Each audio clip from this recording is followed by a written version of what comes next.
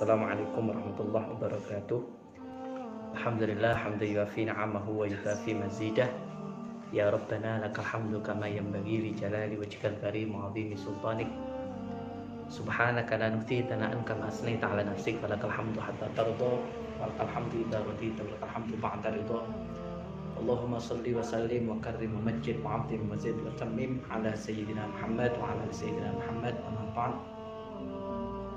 Yang saya hormati, yang terhormat para undangan, yang pertama dari pembina Elpis, ketua Elpis, dan juga para undangan, para panitia, ketua pelaksana yang dimuliakan oleh Allah, para hadirin baik yang luring ataupun yang daring, karena yang di saya ini ada beberapa yang luring ya. Alhamdulillah kita diberikan kesempatan oleh Allah, kita diberikan waktu oleh Allah, sehingga kita dapat mengikuti kegiatan yang baik, melaksanakan hal-hal yang baik di akhir-akhir tahun ini. Berarti Allah menginginkan kita menjadi baik. Pada suatu hadits disebutkan, mayyuridillahu bi khairan yufaqihu fiddin. Barang siapa yang dikehendaki oleh Allah, maka Allah akan pahamkan kepadanya masalah ilmu agama. Kita sekarang ini lagi belajar bersama, berdiskusi bersama terkait dengan urusan agama. Berarti Allah Subhanahu wa taala menginginkan kita menjadi baik. Oleh karenanya harus kita sambut apa yang dikehendaki Allah ini dengan keadaan yang baik. Sebelum saya lanjutkan, mungkin saya ingin ngecek apakah suara saya terdengar dengan baik. Terdengar dengan baik ya. Oke. Baik. Terkait dengan materinya New Year to be New You, bukan New You. Tahun baru menjadi kamu yang baru. Saya di sini akan menyampaikan 3 poin saja terkait dengan menjadi kamu yang baru. Yang pertama, be good, share the good, invite to the good. Be good, share the good, invite to the good. Jadi jadilah baik yang pertama, sebarkan kebaikan, spread the kindness, and ajaklah kepada kebaikan, invite to the kindness or to the good thing. Akhir tahun atau yang biasa kita sebut dengan pergantian tahun itu ya, harus kita akhiri dengan hal-hal yang baik, dan juga kita sambut tahun yang baru itu dengan hal-hal yang baik, dengan harapan-harapan yang indah. Karena apa? Karena sebuah syukur yang terjadi dari apa yang telah lewat itu adalah menjadi sesuatu atau menjadi sosok yang lebih baik. Katanya Ihya Ulumuddin itu, kalau kita mensyukuri sesuatu itu berarti kita menjadi lebih baik daripada yang sebelumnya. Rasulullah SAW bersabda, man istawa yaumaini faqad khusir. Barang siapa yang dua hari keadaannya sama gitu, hari ini dan hari kemarin itu sama, maka dia termasuk orang yang merugi. rugi karena sama hari ini dengan yang kemarin. Tapi kalau lebih baik lagi, berarti dia mungkin menjadi seorang yang beruntung. Tadi disebutkan sebagai bentuk rasa syukur itu menjadi seseorang yang lebih baik daripada yang sebelumnya. Jadi syukur itu tidak hanya oh alhamdulillah, hanya ucapan lafaz alhamdulillah, tapi bergerak atau berbuat lebih baik lagi itu adalah bentuk bukti daripada syukur itu sendiri. Oleh karenanya, jika kita mensyukuri tahun-tahun sebelumnya, berarti kita setelahnya harus lebih baik lagi, menjadi seseorang yang lebih baik lagi. Bagi saya, tahun 2020 ini really something. So many happened to me. Jadi banyak hal yang terjadi kepada diri saya, termasuk para guru-guru saya dan juga rembulan saya itu Allah ambil di tahun 2020. Umi saya yang tercinta, yang menguatkan saya, yang mendampingi saya, yang mendoakan saya, yang mengingatkan saya, Allah ambil di tahun 2020 ini. Jadi di tahun 2020 ini adalah tentang keikhlasan bagi saya. Mengikhlaskan sesuatu karena mungkin itu adalah yang terbaik bagi saya. Oke, jadi pada intinya menjadi baik di hari ini adalah sebagai bentuk rasa syukur kita dari hari kemarin. Itu adalah bukti yang nyata. Bukan malah meratapi ataupun malah menyesali diri atas hal-hal yang sebelumnya, bukan. Itu malah perubahan yang salah menurut saya. Yang terbaik adalah bagaimana kita menjadi baik saat ini adalah ucapan terindah, salam terindah untuk masa lalu kita. Begitu. Yang pertama sekarang, do the good, be good. Terkait dengan materi kita kan tahun baru menjadi sosok kita yang baru. Nah sekarang baru itu bagaimana? Jadilah baik. Jadi baik ini ada beberapa hal atau yang bisa disebut katanya Yesah Al-Mahfud itu soleh personal, soleh atau baik dari diri kita sendiri. Di dalam kitab An-Nawadir karya Syekh Syihabuddin Ahmad Asy-Syafi'i Al-Misri Asy-Syafi'i, beliau menyampaikan ada suatu kisah di kisah yang keempat di dalam kitab An-Nawadir. Kisah Isom bin Yusuf bertanya kepada Khatim Al-Asom. Khatim Al-Asom ini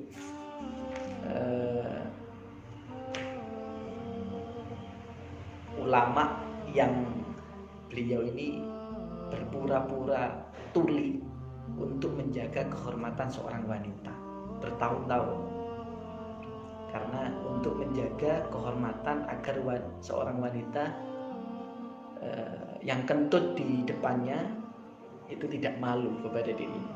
Itu Khatim Al-Asom, seorang ulama, seorang sufi yang sangat terkenal di zamannya.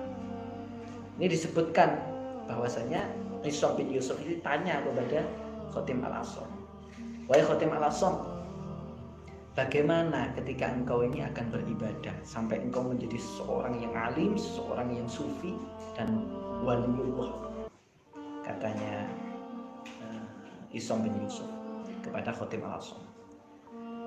Lalu beliau menjawab, Khatim Al-Asom, saya ini ketika masuk waktu sholat itu berwudu bukan hanya wudu zahir saja, tapi wudu batin. Kalau wudu zahir kan kita nyari air, berniat, berwudu ya, mengusap wajah dan sebagainya dan seterusnya. Akan tetapi kalau berwudu batin, katanya Khatim Al-Asom tadi, itu saya membersihkan hal-hal yang kotor di dalam diri saya, hal-hal yang gak baik di dalam hati saya. Dan juga ketika nanti saya sholat, saya melaksanakan atau meyakini dalam hati saya bahwa saya ini melihat Ka'bah, fa'aral Ka'bah, fa'akumu baina hajati wa dari Allah nadhiri wal jannah an yamini. Dan dia seakan-akan melihat Ka'bah dan menjadikan surga di samping kanan dia. Jadi seakan-akan surga itu ada di sebelah kanan. Jadi ketika Khatim Al-Asom itu sholat, seakan dia itu berada di depan Ka'bah, di sebelah kanannya itu ada surga, anshimali, di sebelah kiri saya, katanya Khatim, itu ada malaikat Malik yang siap memasukkan dia ke neraka. Dan di belakang saya seakan ada jembatan Sirat, jembatan yang tertajam ya. Nanti ketika manusia setelah dihisab oleh Allah melewatinya ini. Dan saya merasa bahwa sholat saya ini adalah sholat terakhir bagi saya. Mungkin tidak ada waktu lagi untuk melaksanakan sholat setelah itu. Jadi ya benar-benar khusyuk lillahi ta'ala. Di sebelah kanan ada surga, di sebelah kiri ada malaikat maut yang akan siap untuk mengambil nyawa dia. Itu dia sholatnya khusyuk lillahi ta'ala. Terus Aisyam bin Yusuf menangis mendengarkan itu. Pantes kalau begitu, keadaanmu itu pantes dianggap sebagai ibadahnya orang soleh. Apa yang bisa kita ambil dari sini? Yang pertama, kita harus memperbaiki sholat kita. Kita harus memperbaiki hati kita. Bagaimana kita bermuamalah dan bagaimana kita beribadah kepada Allah Subhanahu wa taala. Jangan asal-asalan hanya berdoa Allahumma shalli ala sayyidina Muhammad wa sayyidina Muhammad, tapi dalam ucapan saja. Hatinya enggak benar-benar minta sama Allah. Terkadang doa yang tidak diijabah itu karena ketidakseriusan kita dalam berdoa kepada Allah Subhanahu wa taala. Kita enggak benar-benar minta sama Allah untuk diberikan keadaan yang lebih baik. Cerita daripada Khatim Al-Asom di dalam kitab An-Nawawi. Yang kedua, menjadi diri yang baik. Kita harus berniat kepada sesuatu, melaksanakan sesuatu, baik itu ucapan, perbuatan, baik perbuatan zahir ataupun batin, gerak-gerik hati kita itu kepada hal-hal yang baik. Jangan salah, Syekh Abdul Qadir Al-Jailani radhiyallahu anhu yang mendapat julukan Sultanul Auliya, jenderalnya, panglimanya para wali, yang pada suatu hari beliau menyampaikan bahwasanya di bawah telapak kaki saya ini ada pundak semua para wali dunia. Beliau mendeklarasikan seperti itu. Apa sih yang menyebabkan beliau menjadi seorang wali yang terkenal, Sultanul Auliya? Apa?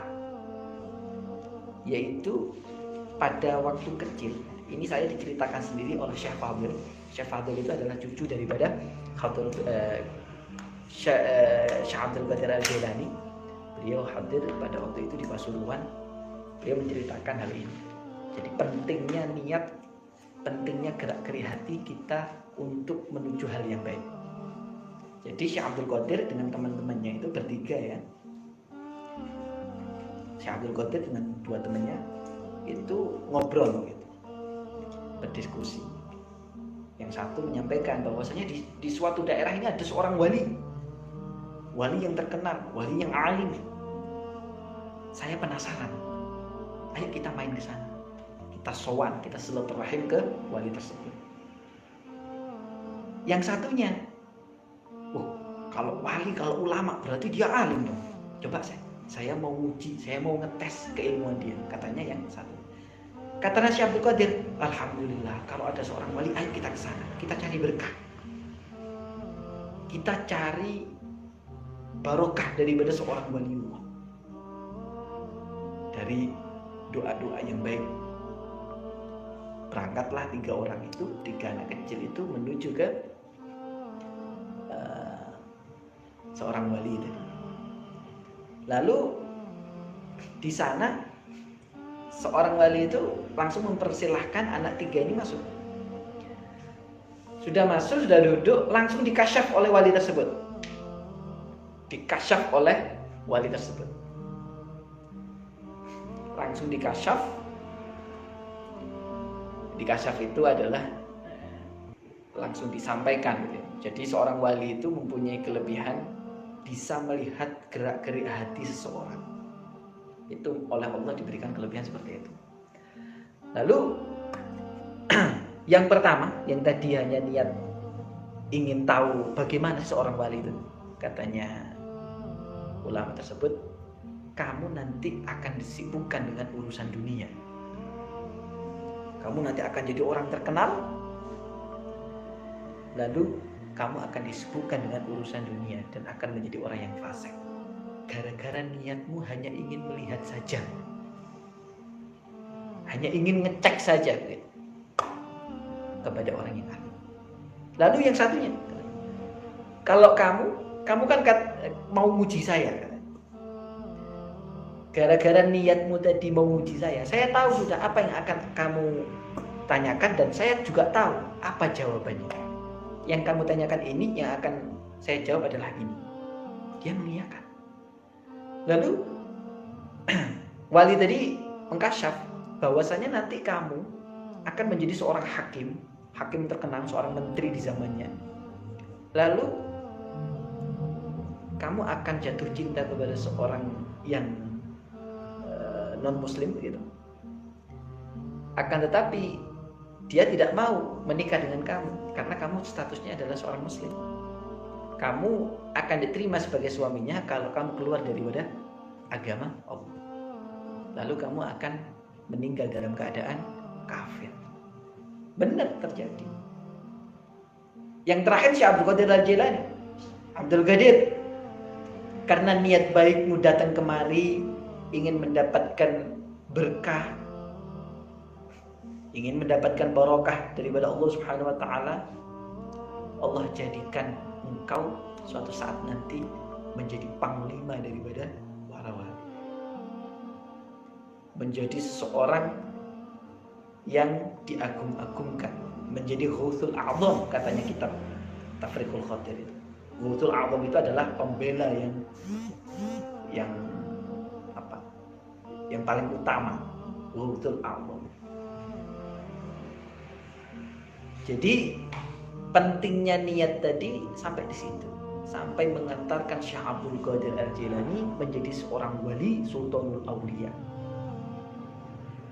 Jangan main-main dengan niat. Di dalam kitab Hadits Arba'in Nawawi disebutkan di dalam hadits yang pertama, innamal a'malu binniyat, faman hajara ila Allah fa hijratuhu ila Allah wa rasulih. Faman hajara ila dunya aw imra'ah yankihuha fa hijratuhu ilaiha. Penting niat itu. Disebutkan dalam beberapa kitab Al-Adhkar Nawawi disebutkan di dalam pertama itu. Niat itu penting. Melakukan apa saja kalau tanpa niat percuma. Ya, jadi harus niat. Yang pertama, perbaiki hati kita. Yang kedua, perbaiki niat kita. Yang ketiga, ada keterangan di kitab Bidayatul Hidayah karangan Abu Hamid Muhammad bin Muhammad Al-Ghazali, Imam Al-Ghazali ya, radhiyallahu anhu. Beliau menyampaikan bahwasanya ketika saya ini melihat anak kecil, saya merasa saya yang paling buruk daripada dia. Dia masih kecil, dia nggak punya dosa, tapi saya ini udah tua dan saya udah belajar kemana-mana, sudah tahu ini yang hak, ini yang batil, tapi saya lakukan. Berarti saya banyak dosanya daripada anak kecil. Dia walaupun nggak sholat, walaupun bagaimanapun anak kecil, dia nggak tahu apa-apa katanya. Selesai. Lihat orang biasa. Waduh, dia orang biasa, nggak tahu apa-apa. Lah saya belajar kemana-mana. Berarti dosanya lebih banyak saya kalau melakukan dosa. Lah dia nggak tahu apa-apa. Bisa jadi Allah angkat dia sebagai orang yang diampuni oleh Allah. Itu adalah kisah yang kedua terkait dengan bagaimana Imam Al-Ghazali menghormati atau menganggap orang lain itu mulia.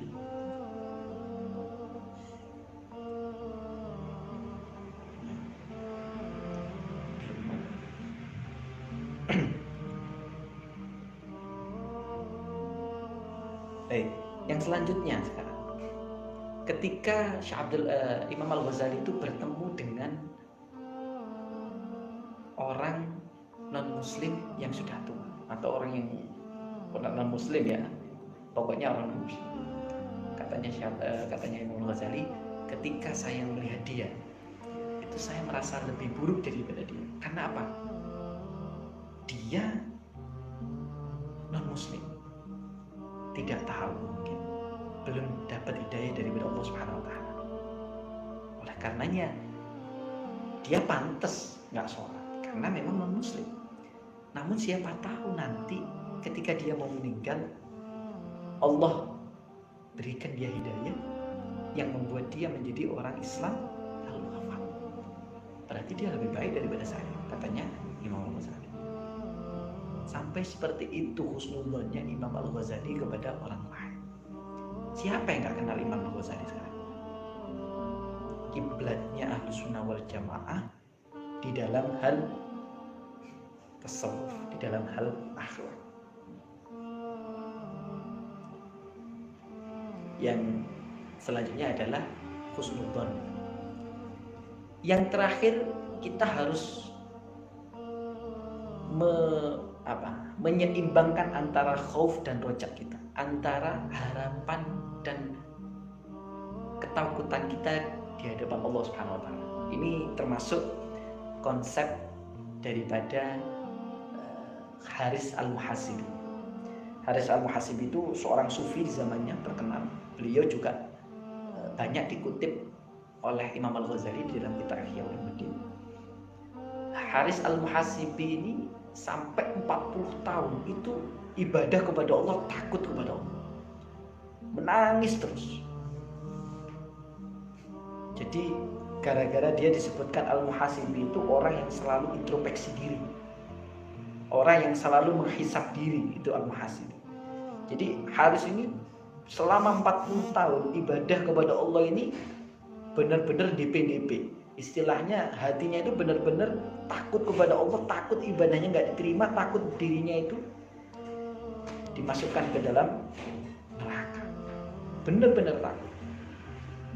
Akhirnya pada suatu saat di kisah itu disebutkan ada seorang alim bermimpi keadaan Haris Al-Muhasibi. Ditanyai Haris Al-Muhasibi, bagaimana keadaannya? Allah Subhanahu wa Ta'ala menyampaikan, saya ini terlalu khauf kepada Allah, padahal Allah Subhanahu wa Ta'ala mempunyai sifat rahim, sifat ulas asih. Namun tetap beliau dimasukkan di dalam surga dan menjadi bagian daripada orang-orang soleh. Itu Haris Al-Muhasibi. Jadi diri yang baik itu menurut saya beberapa hal tadi. Yang pertama, perbaiki ibadah kita. Ibadah zahir ataupun ibadah batin. Di dalam suatu syair disebutkan, alaika bitaqwallah fi sirri wal alan wa qalbaka nawwifuhu minar rijsi wad daran. Tetapkanlah di hati kalian, tetapkanlah diri kalian ini dalam keadaan takwa kepada Allah, baik itu di dalam kesendirian, gak ada orang lain yang melihat, ya. waktu orang lain tidur ibadah kepada Allah, ataupun di tengah keramaian, baik di dalam kesendirian ataupun di dalam keramaian, kesunyian ataupun waktu ramai, tetap takwa kepada Allah. Takwa ini innallaha la yanzuru ila suwarikum walakinallaha yanzuru ila qulubikum. Takwa ini adalah hati kita, gerak-gerik hati kita. Karena apa? Allah Subhanahu wa taala tidak melihat bagaimana potongan kita, oh, gaya kupluk putih, gaya surbanan. Enggak, ini bukan karena wah, ini apa namanya? Ngerasa paling gede, paling alim, bukan. Bisa jadi seperti ini malah dijur oleh Gusti Allah. Bukan pada seperti itu. Akan tetapi kita harus meyakini khauf dan rojak tadi. Kita DP pada Allah. Ibadah ya ibadah, mengharap diterima ya iya, tapi jangan terlalu berputus asa atas rahmat Allah Subhanahu. La taqnatu min rahillah. Jangan kita berputus asa daripada rahmat. Innallaha yaghfiru dzunuba jami'an. Karena Allah akan mengampuni seluruh dosa kita kalau kita bertobat.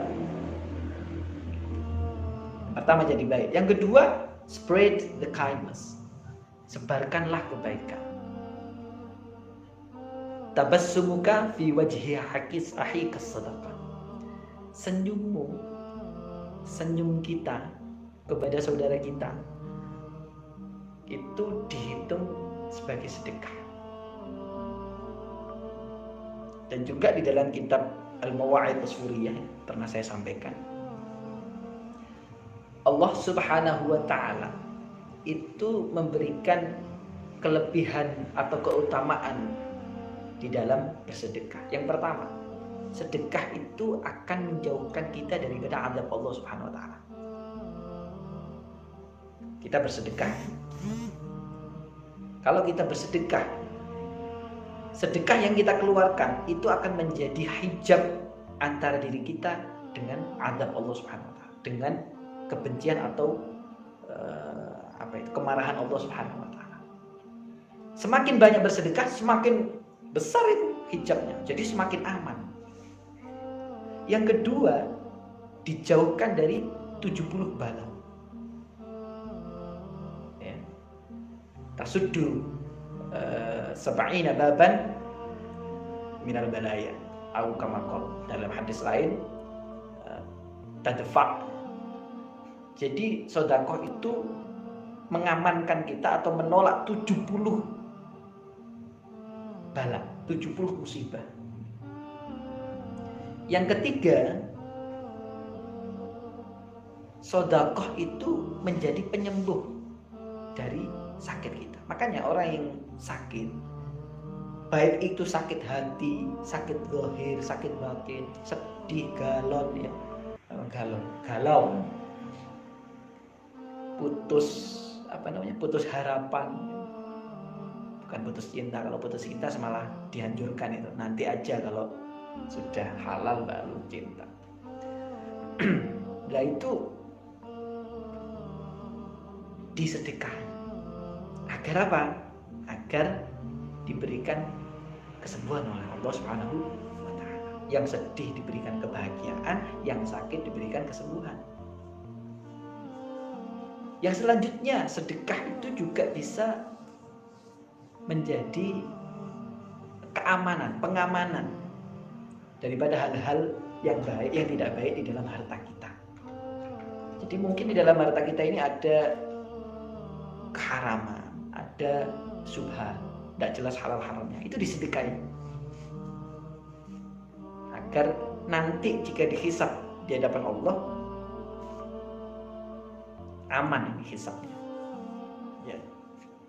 Yang pertama sedekah, yang kedua senyuman tadi, yang ketiga kasih sayang.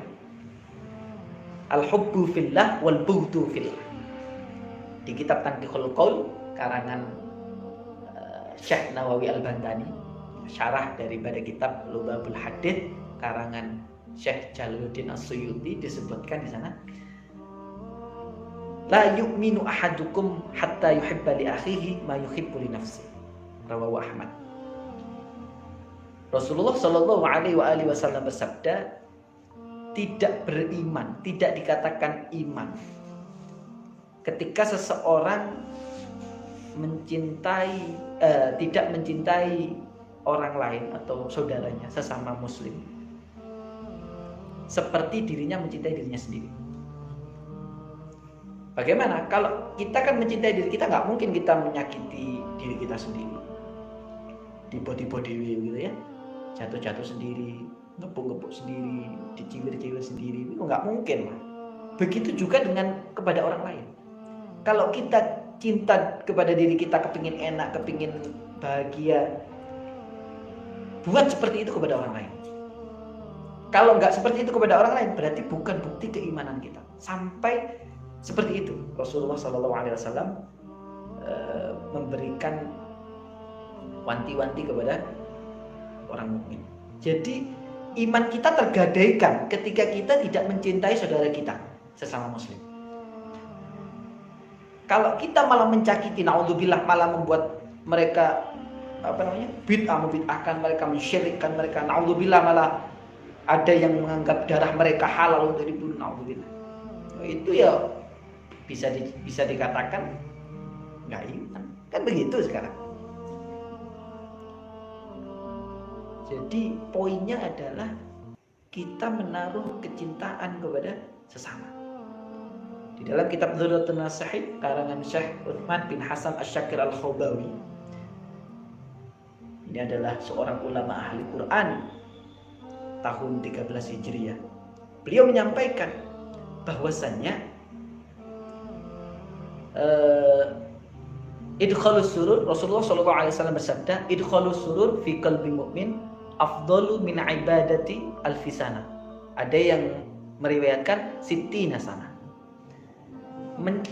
Memasukkan atau membuat saudara seiman kita bahagia itu lebih baik daripada ibadah 60 tahun. 60 tahun, jangan main-main. Wah, ini mafhumnya harus diperjelas ya. Bukan berarti, wah kalau saya gini saja Ustaz, saya nggak akan beribadah 60 tahun, sudah nggak akan sholat, nggak akan sedekah, nggak akan zakat. Wis pokoknya buat orang lain seneng aja. Bukan. Mafhumnya bukan seperti itu. Siyakul kalamnya bukan seperti itu. The conclusion isn't that. Tapi siyakul kalamnya adalah membuat orang lain bahagia, membuat orang lain senang. Itu lebih utama daripada hanya ibadah tapi nggak membuat orang lain senang, begitulah. Jadi harus kita utamakan membuat orang lain bahagia, tenang ya. Itu di dalam kitab Dzurrah. Yang ketiga sekarang, ini tadi be a good, spread the kindness atau share the good. Yang terakhir, invite to the good, ajaklah kepada kebaikan, muslih namanya. Kalau tadi soleh personal, soleh sosial. Yang ketiga, muslih, menjadi orang lain untuk baik. Kalau soleh saja itu kita bisa dicintai oleh orang lain.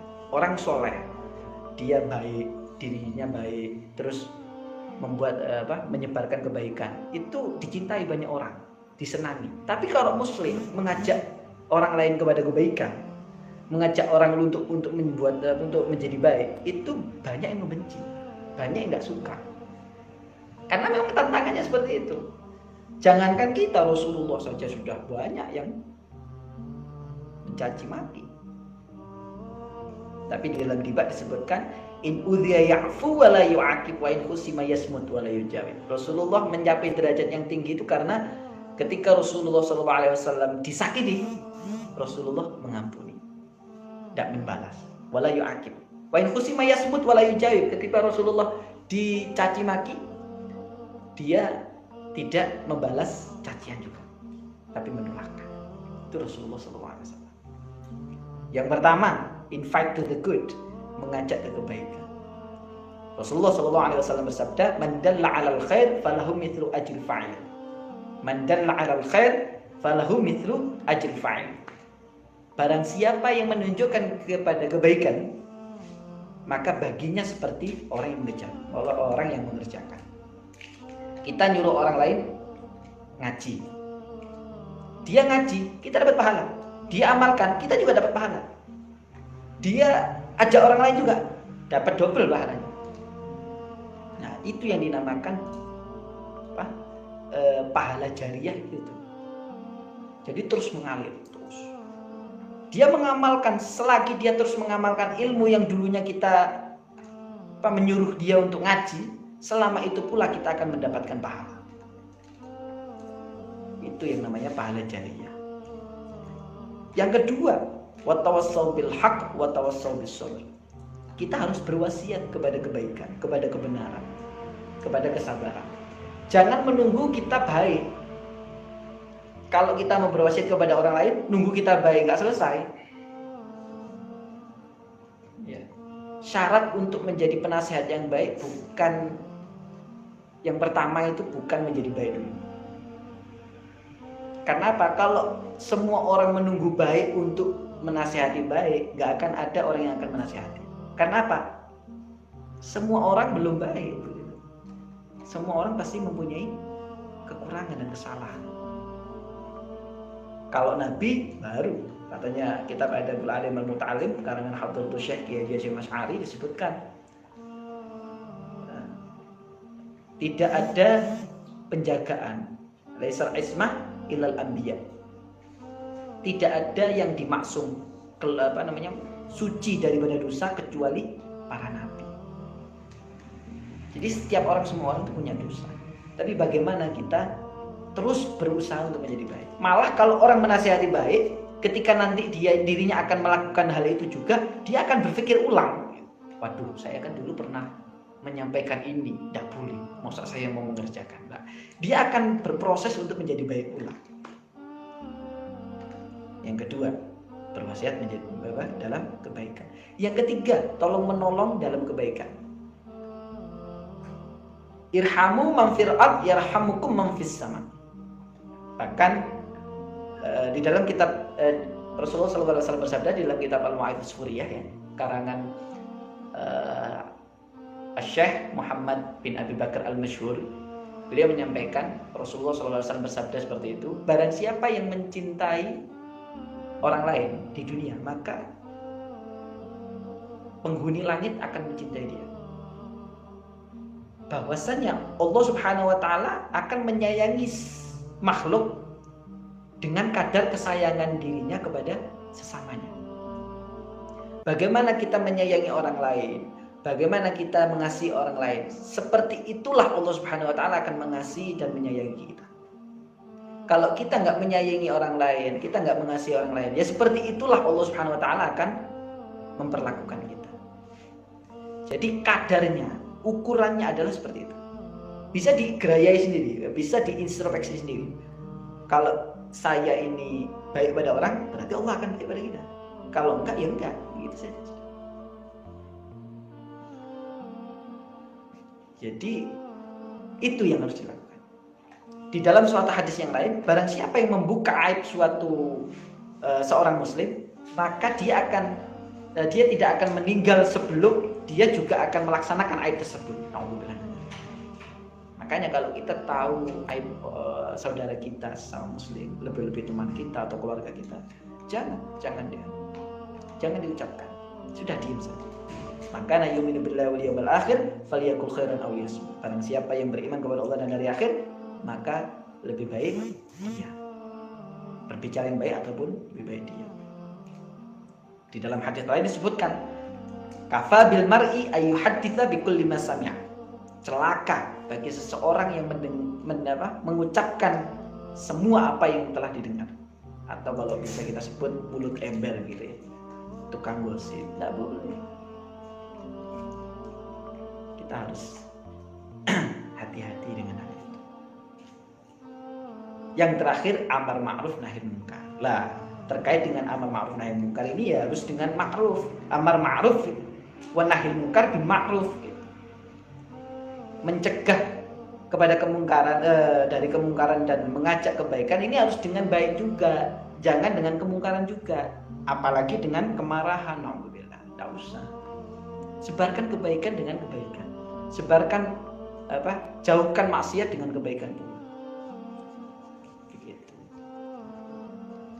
Katanya Rasulullah SAW, man ra'a minkum munkaran falyughayyirhu biyadihi. Fa illam yastati' fa biqalbihi. Wa illam yastati' fa bilisanihi, wa illam yastati' fa biqalbihi, wa dzalika adhaful iman.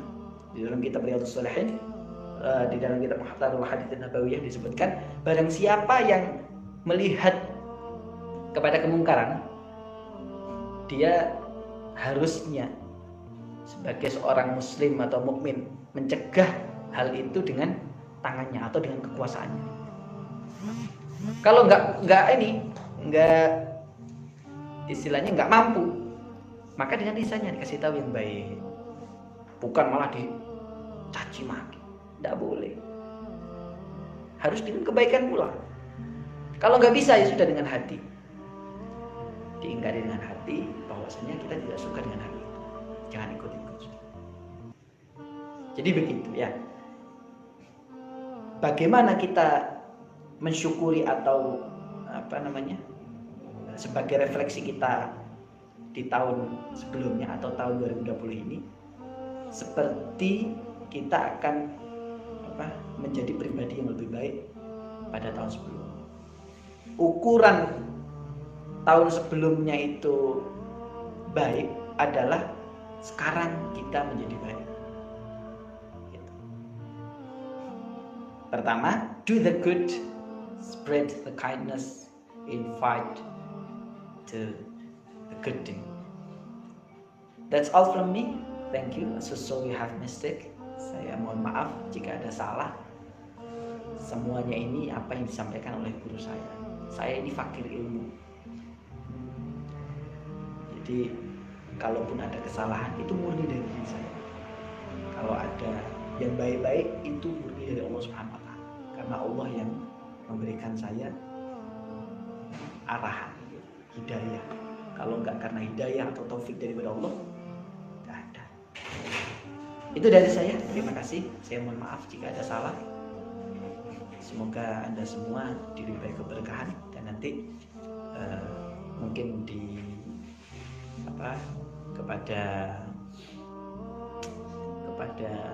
panitia kalau ada pertanyaan silahkan. Kami lillahi wa naqsulana ala afu minkum wallahu al-muwaffiq ila aqwamit thariq. Assalamualaikum warahmatullahi wabarakatuh.